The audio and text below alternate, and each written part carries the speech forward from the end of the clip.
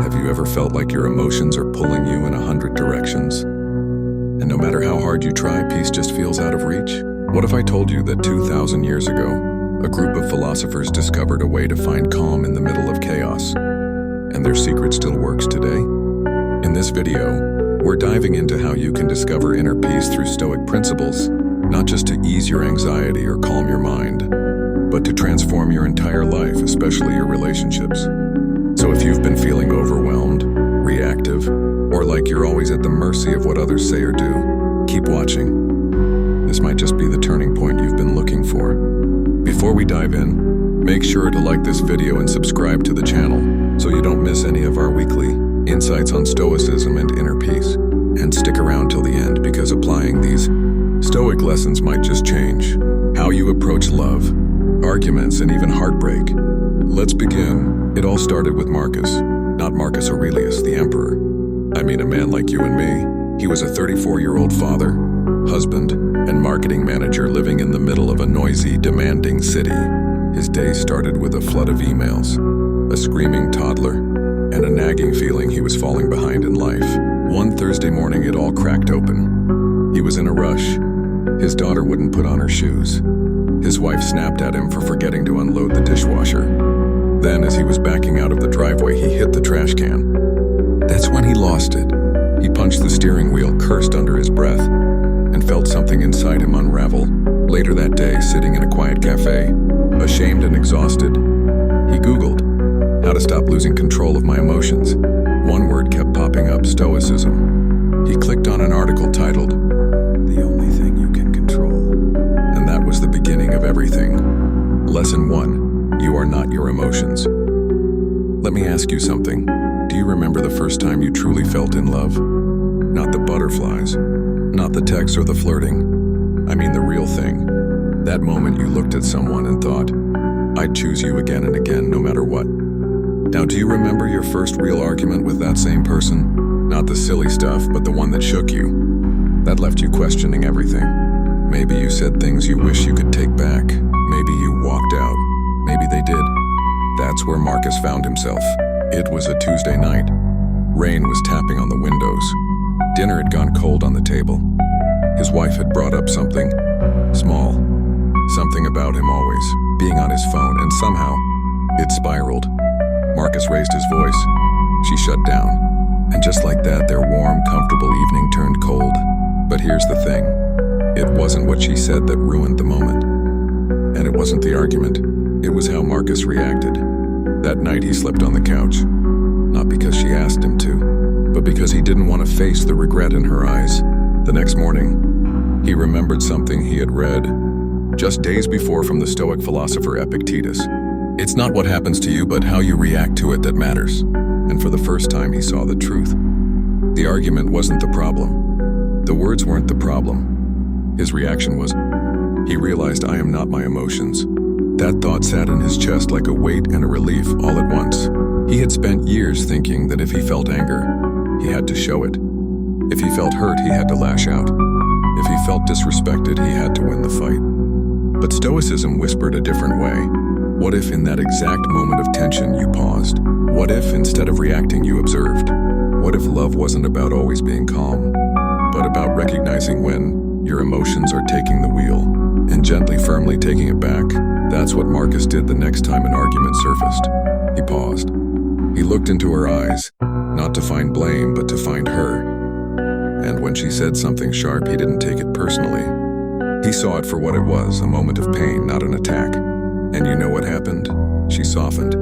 Not because he silenced her, but because he didn't let his emotions speak louder than his love. So I ask you, when was the last time you let anger speak before your heart did? When did you last wish you could rewind a moment and just respond with love instead of heat? You are not your anger. You are not your jealousy. You are not your fear. You are more than all of them. And you get to choose who shows up in the moments that matter most. And that choice, that's where inner peace begins. Stick with me, because this is only the way you see love and life forever. Lesson 2. Control the controllables. Let me ask you something personal. Have you ever felt like you're giving your all in a relationship, but nothing seems to be enough? You try to make them smile, You hold back your frustrations. You even overthink your messages, hoping it lands just right. But somehow the tension still finds a way in. That's exactly where Marcus found himself 6 months into his marriage.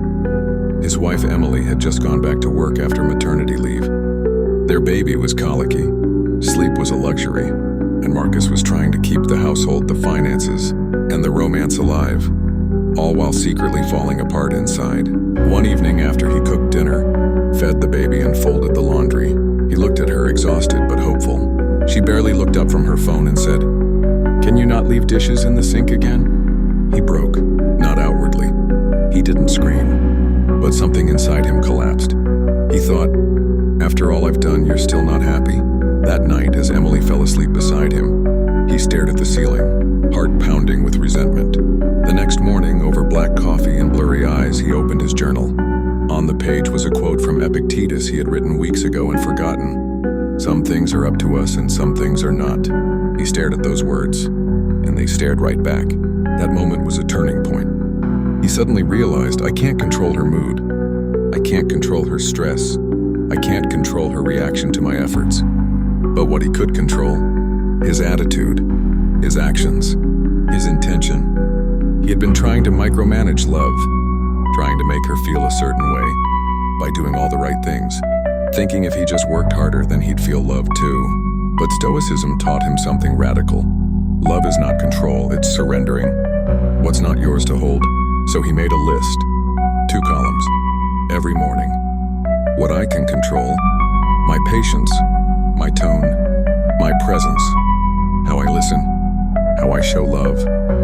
What I can't control, her reaction, her stress from work, the baby crying, her past wounds, her love language. That simple act, it changed everything. Because suddenly he wasn't caught in a storm he couldn't stop. He was standing still in the center of it, calm, rooted, present. He stopped trying to fix her feelings. He just started being there for them. And guess what? She started smiling again, laughing, leaning into him. Not because he forced it, but because he let go. So take a moment. Think about your own relationship. Avoid, but once you face it, it'll transform the way you live and love forever.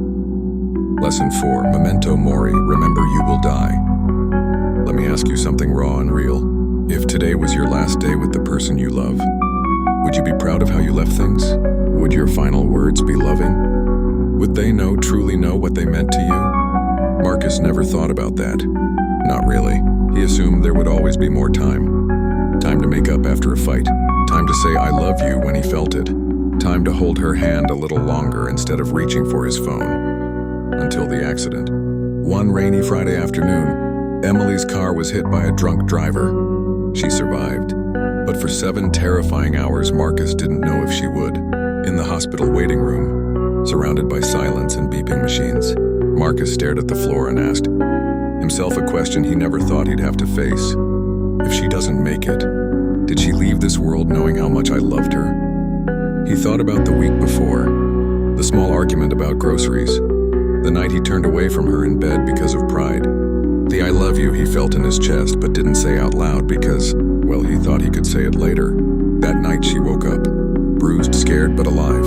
And when she saw him, she cried, not from pain, but from relief. And so did he. From that day on, Marcus lived with one phrase burned into his soul. Memento Mori, remember you will die.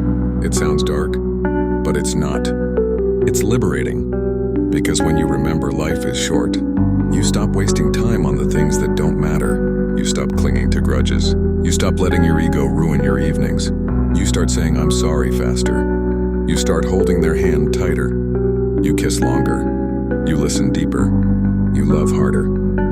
Marcus started treating every ordinary moment like it was sacred because it was. Not because he feared losing Emily, but because he finally understood how fragile, how precious, how temporary love truly is. That's what the Stoics meant when they said, you could leave life right now. Let that determine what you do, say, and think. So I'm going to ask you something deeply personal. If today was your last day with the person you love, would they know the truth of your heart? Would they feel safe in your presence? Would your love be remembered? This isn't about fear. It's about presence. Love is not guaranteed more time. but it is given this moment, right now. So don't wait.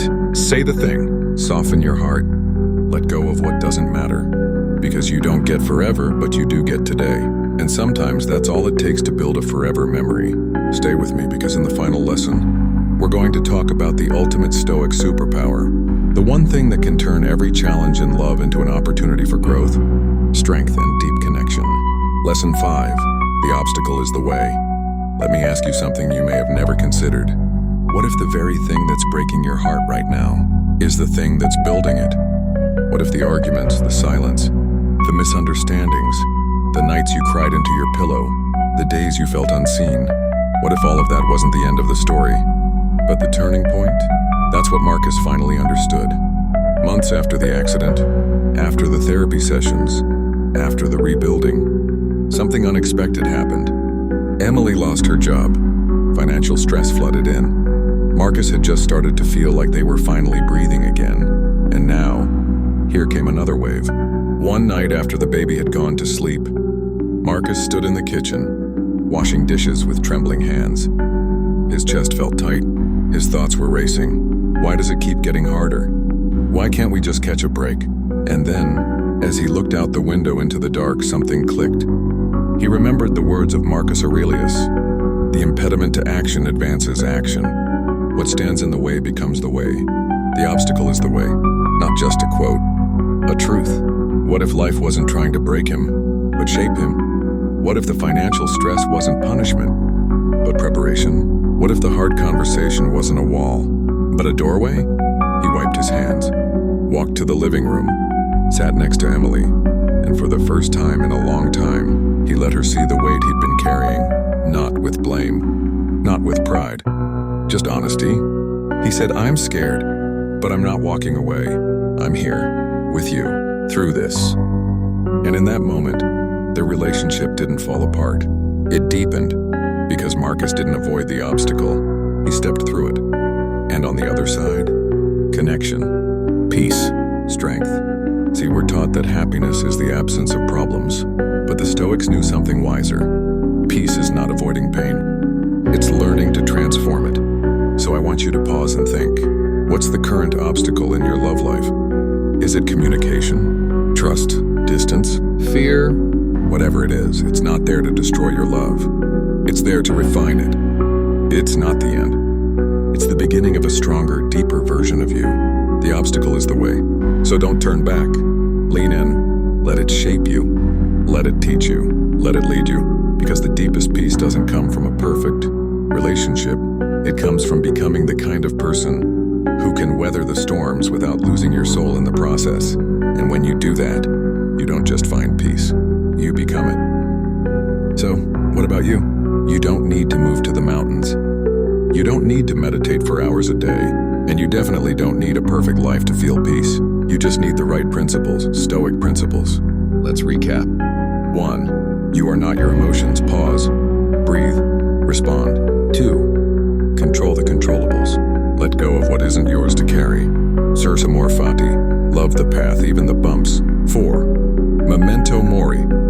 Let death remind you to live fully. 5. The obstacle is the way. What challenges you changes you.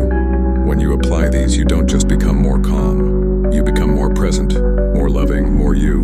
And yes, your love life changes too. You argue less. You listen more. You stop trying to change your partner and start becoming the kind of partner you would want to be with. Inner peace isn't a luxury. It's a daily decision. And now the choice is yours. Do you want to keep living at the mercy of life, or do you want to meet life like a Stoic? With that said, thanks for watching, and until next time.